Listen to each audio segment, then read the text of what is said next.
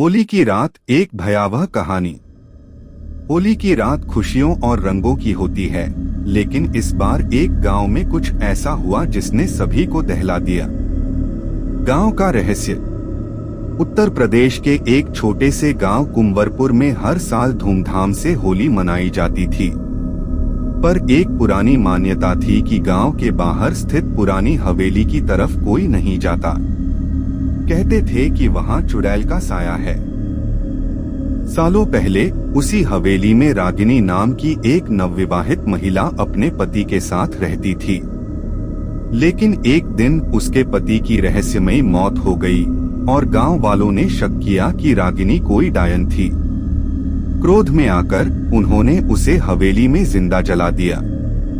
मरने से पहले उसने श्राप दिया, जो भी इस हवेली में आएगा वह होली की रात जलकर राख बन जाएगा। अनजाने में की गई गलती। यह कहानी गांव के हर बच्चे बूढ़े को पता थी। लेकिन इस बार गांव में कुछ शहर के लड़के आए हुए थे जो इस श्राप को अंधविश्वास मानते थे।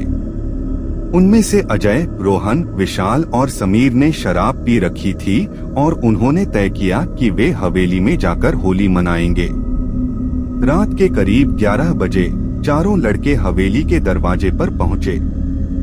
हवेली जर्जर हो चुकी थी, लेकिन अजीब बात थी कि अंदर से एक धीमी धीमी हंसी और ढोलक की आवाज आ रही थी, जैसे कोई पहले से होली मना रहा हो।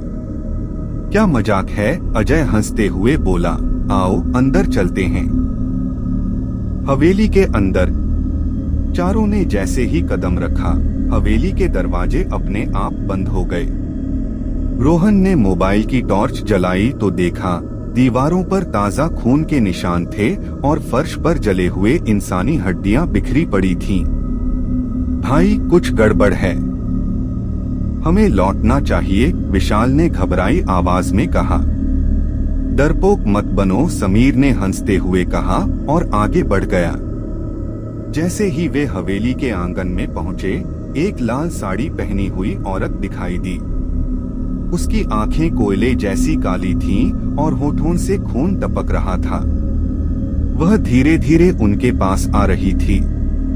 अजय ने हिम्मत करके लाइट उस पर डाली, लेकिन अगले ही पल वह गायब हो गई। तभी अचानक चारों के पीछे तेज अट्टहास गूंजा, तुम लोग जिंदा वापस नहीं जाओगे। मौत की होली। चारों लड़कों ने भागने की कोशिश की, लेकिन हवेली का फर्श जलता हुआ अंगारों में बदल चुका था। रोहन ने देखा कि समीर की त्वचा पिघलने लगी थी, जैसे किसी ने उसे जला दिया हो। बचाओ! समीर की चीखें पूरे गांव में गूंज उठीं, लेकिन किसी को कुछ सुनाई नहीं दिया। अजय और विशाल ने किसी तरह खिड़की से कूदकर बाहर निकलने की कोशिश की, लेकिन जैसे ही उन्होंने दरवाजा खोला, सामने रागिनी की जलती हुई आत्मा खड़ी थी।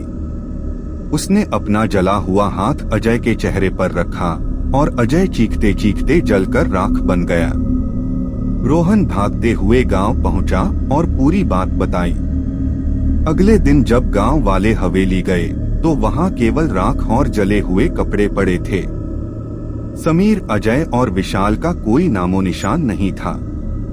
आज भी बजती है ढोलक। गांव वालों ने फिर से हवेली को बंद कर दिया और उस दिन के बाद से होली की रात वहां से ढोलक और हंसी की आवाजें आती हैं। कहते हैं कि जो भी उन आवाजों के पीछे जाता है वह कभी वापस नहीं आता। होली की रात मत जाना उस हवेली में, वरना अगली सुबह तुम्हारा नामो निशान भी नहीं बचेगा।